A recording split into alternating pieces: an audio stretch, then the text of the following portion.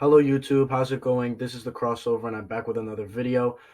Today is another episode of my in-season talk where we're just going to be talking about 3 to 4 teams in the NBA, some of the more trending teams, in the news, talking about why they're in the news, how their season's been going, and some questions that I have for them for the rest of the season and moving forward. So without any further delay, let's get straight into the video.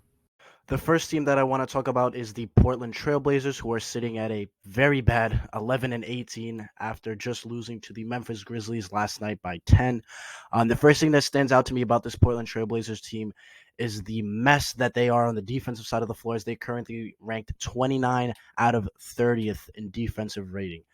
And the statistics match the on-court production, right? This team is just it's a mess defensively. It's pretty gross. It's a combination of both effort on the players' part. It's a bad scheme with in terms of Chauncey Billups, and really ultimately bad roster construction, right? Even when their star backcourt is healthy of Damian Lillard and CJ McCollum, right? Dame is one of the worst guard defend. Both Dame and CJ are amongst the worst guard defenders in the NBA, and I think Dame has the potential to be at least average. You take a look at a guy like Steph Curry, where Steph Curry is smaller than Dame in stature, yet Steph Curry is able to not be a negative just due to the effort that he puts on that side of the floor. Right? You're never going to see Steph Curry lock anybody up, but you're always seeing him at least give an effort. Make rotations. Communicating with his teammates. You always see him doing stuff like that. You never see Dame even really care about that defense on the defensive side of the floor. Then when you pair him with such a liability in CJ McCollum, who's smaller than Dame, who's able to be taken advantage of more so than Damian Lillard, just due to that he's just smaller and less athletic than Damian Lillard. On top of CJ not really giving that much effort on the defensive side of the floor, and his defensive IQ not really being there. That's just not a recipe for success in the NBA when you have two defensive liabilities in the backcourt. You combine that with Neil O'Shea, their previous GM, who we will get to in a second, making that boneheaded move of trading Gary Trent Jr., who was a 6'6" 3-and-D wing, who's doing great things in Toronto right now. They traded him for Norman Powell, who's a 6'4" offensive player, right? He's a scorer, but he's a good scorer, but he's not really all that much of a defender.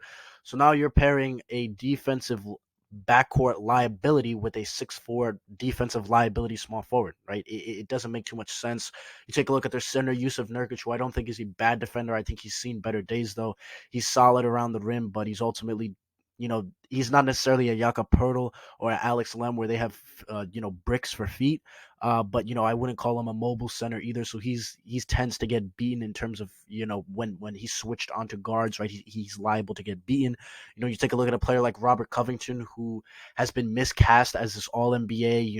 Put him on the best forward or player overall on the other team. That's just simply not the case. It's just too slow, too big necessarily, even though he is 6'7". You'd like him to be able to go in multiple positions, but that's just not the case. He's a very good help defender. He's able to use his wingspan and such and his IQ to make key plays off the help side. However, he's just not able to translate that onto being an on-ball defender, mainly due to how slow he is. So this is just a poorly constructed roster. Then you combine that with Chauncey Billups' defensive scheme of switching everything, being super aggressive. He just doesn't simply have the personnel to put forth to implement that scheme, right? So it was just never gonna fit. Then when you combine that with just the turmoil that's going on with the front office, right? Neil O'Shea was just, I think his tenure was up. I think he had a solid tenure. Portland had a couple years where they were very good. They made the conference finals one year, but I think it was just the end, right? The same way they fired Terry Stotts because it was just they needed a new voice, right? This team just needs to head into a new direction, and that's my next point. Is when will Dame be made available? Because as much as Dame wants to say, oh, he wants to be here, I just can't see him being in Portland for too long, right? And it's just a matter of when at this point. And my next point is, should Portland opt for a retool or a rebuild? And I think, both my second and third points play with each other, right? Because if they opt for a retool, it's interesting. It's like, do you want to tear this all down? Because I feel like there's certain points here where you can be like, all right, if we retool this a little bit, like you could convince me of trading Dame, or like if Dame wants out and you swap Ben Simmons for, I feel like there's an avenue where if you can unlock the best of Ben Simmons as a player, right, get that full potential out of him and have him be your franchise player, then you have a player like CJ McCollum, then you have Norman Powell, you have some solid role players around him, right? Then maybe I could see that working, but then it's just then you're gonna have to pay like CJ McCollum, and then it's like, do you swap CJ McCollum for a player like Ben Simmons? And then it's like I think Dame's still gonna eventually want out. Like it's just a very interesting situation, but I think at the end of the day, Portland should just opt for a rebuild, trade CJ, trade Dame, trade Yusuf Nurkic, get what you can for all these guys, and just tear it all down. But yeah, Portland is in a very bad situation. The next team I want to talk about is the Los Angeles Lakers, who are sitting at a 16-13 record after beating the Luka-less Dallas Mavericks last night. And the first point I want to make is that Anthony Davis is just no longer a top 10 player, and it's very sad and strange to see.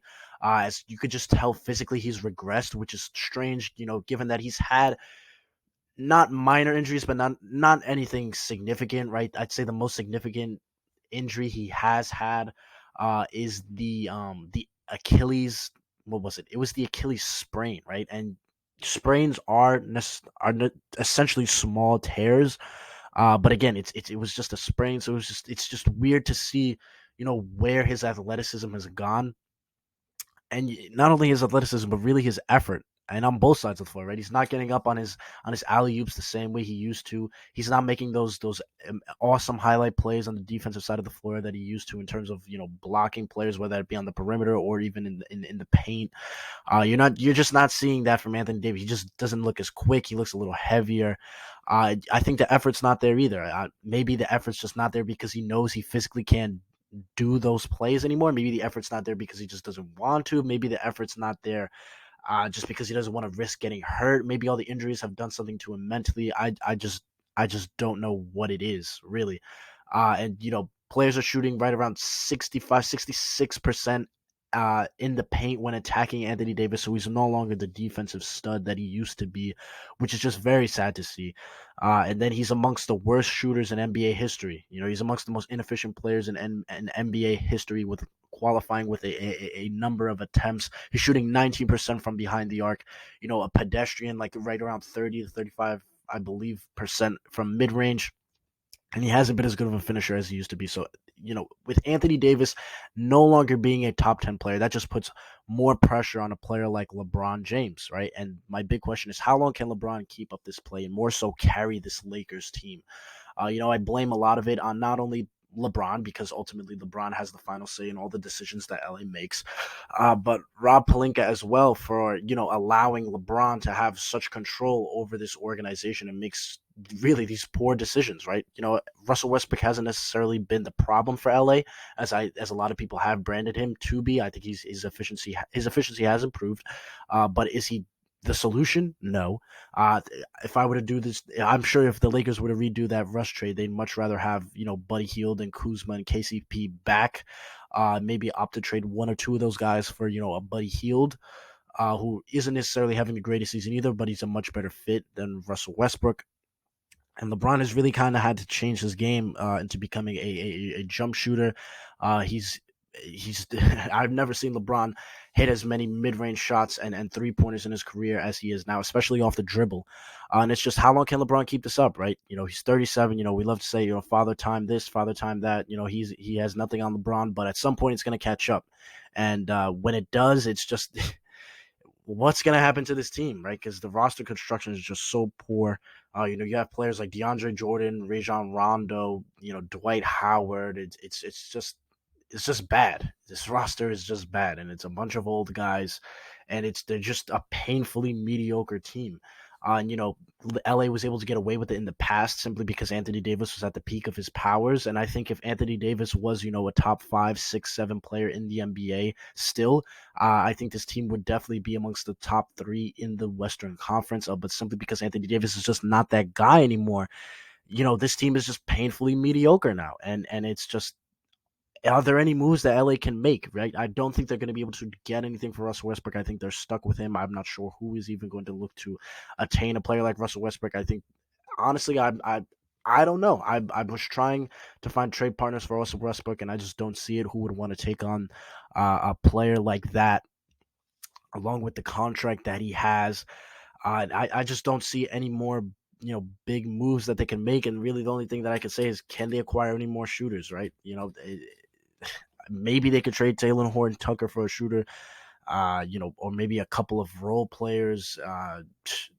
There's not many avenues for this Lakers team to improve. I think they're going to be stuck in mediocrity, and eventually, once LeBron James is zapped of his powers, I think they're going to be relegated to the bottom of the NBA for a very long time, as they have to deal with the aftermath of this roster. So I think the bleakness in LA is just now beginning, and I think it's going to continue to be worse, as the years go on, as LeBron becomes less it comes gets less and less away from his prime.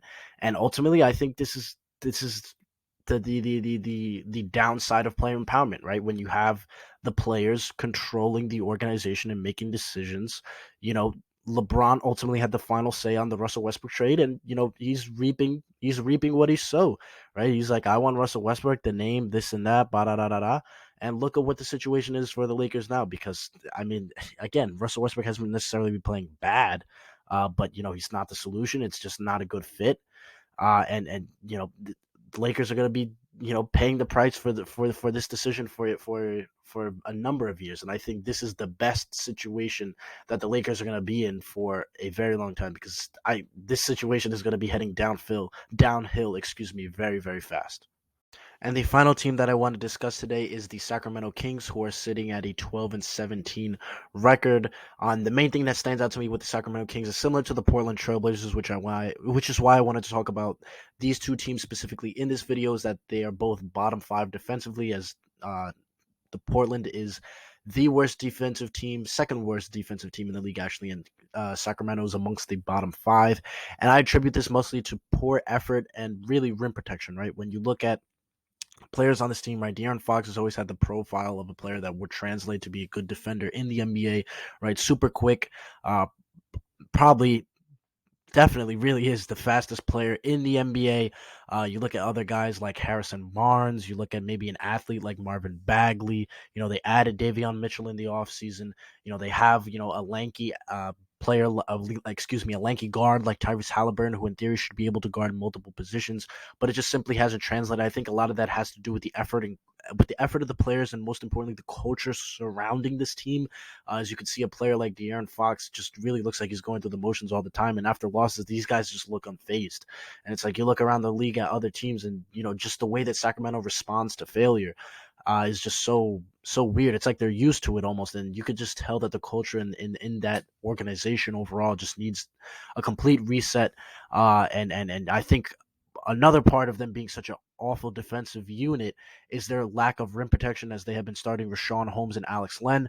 Rashawn Holmes is a very versatile offensive big. He's one of the best rim rollers in the league. He's a very athletic, and he has a very nice floater game as well. He's a solid free throw shooter as a big, and he has his moments as a rim protector defensively. But I think overall, in terms of making correct rotations, being able to guard pick and rolls, so on and so forth. He's just not that kind of a player. He's much more of an offensive big, which is fine. But then their backup big is Alex Len, and Alex Len has, again, quicksand for feet, as I mentioned in the Portland segment of this video.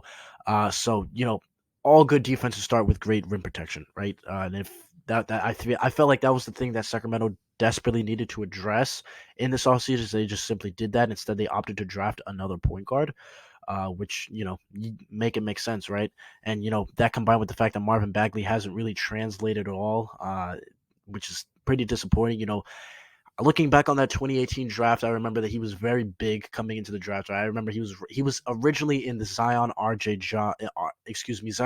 Cam Reddish class, right? Because Ja was a sophomore in that class, so that he was part of that high school class with RJ and Cam Reddish and Zion Williamson, and he skipped his senior year, went to Duke, and he was so bad defensively that I remember Duke had to play a 2-3 zone just to accommodate him.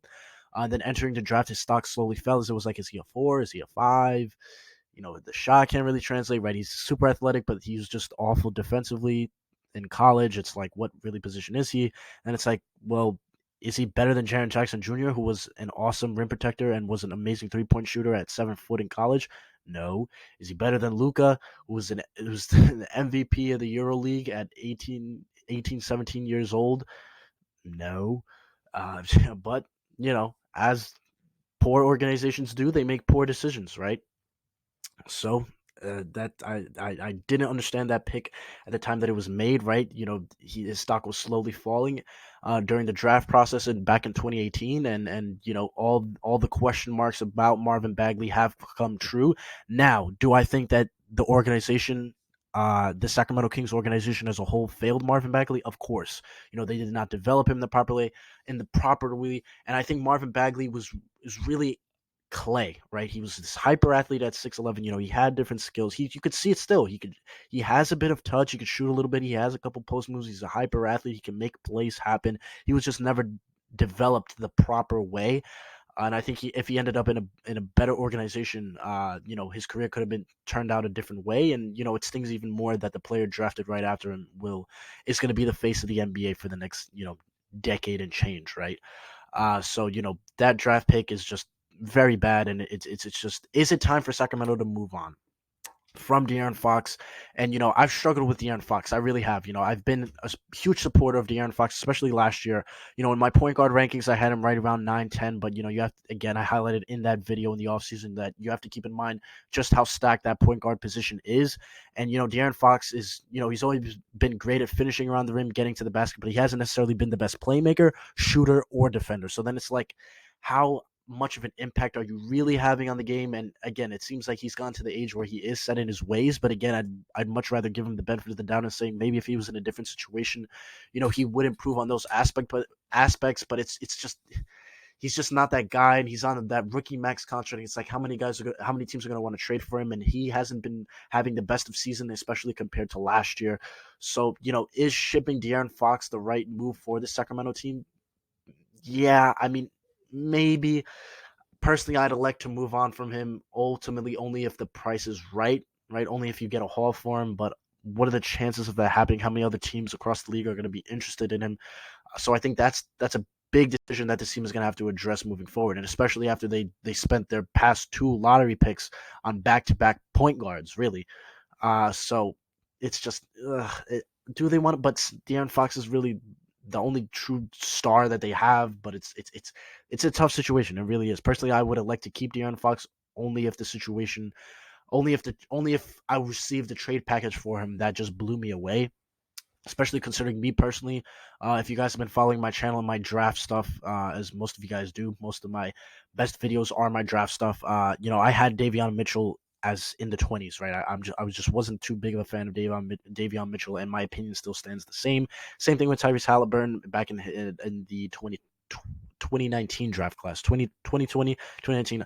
I don't even know at this point, but I wasn't too big of a fan of Tyrese Halliburton as for his on-ball creation, and both of those things have come true. Tyrese Halliburton is a solid point guard, but he's not going to be that offensive engine, and Davion Mitchell is a role player. So I mean, you'd be moving on from De'Aaron Fox, who's a star in his own right, to have two role players in your backcourt. It's like, is that the right move? I don't really know, but I feel like all the other players except Halliburton and Mitchell, just because they're the two youngest players, should be on the trade block.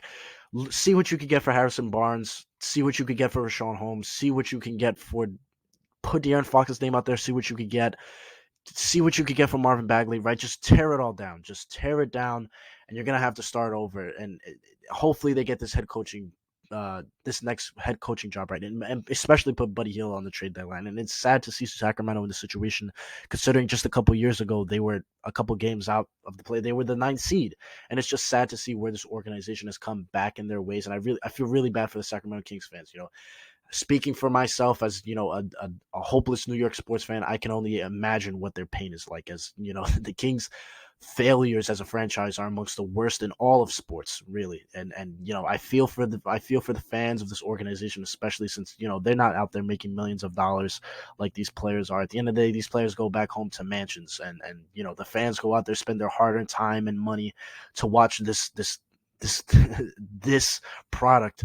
And the fans of Sacramento deserve better. And hopefully this next regime for the Sacramento Kings can get this team back on track. And it's sad to see that Sacramento's going to ultimately have to go forth with another rebuild, considering the fact that they were making the steps towards becoming a relevant team in the NBA again just a couple years ago. And that's the end of the video, guys. Thank you so much for watching. These three teams have a lot to work through.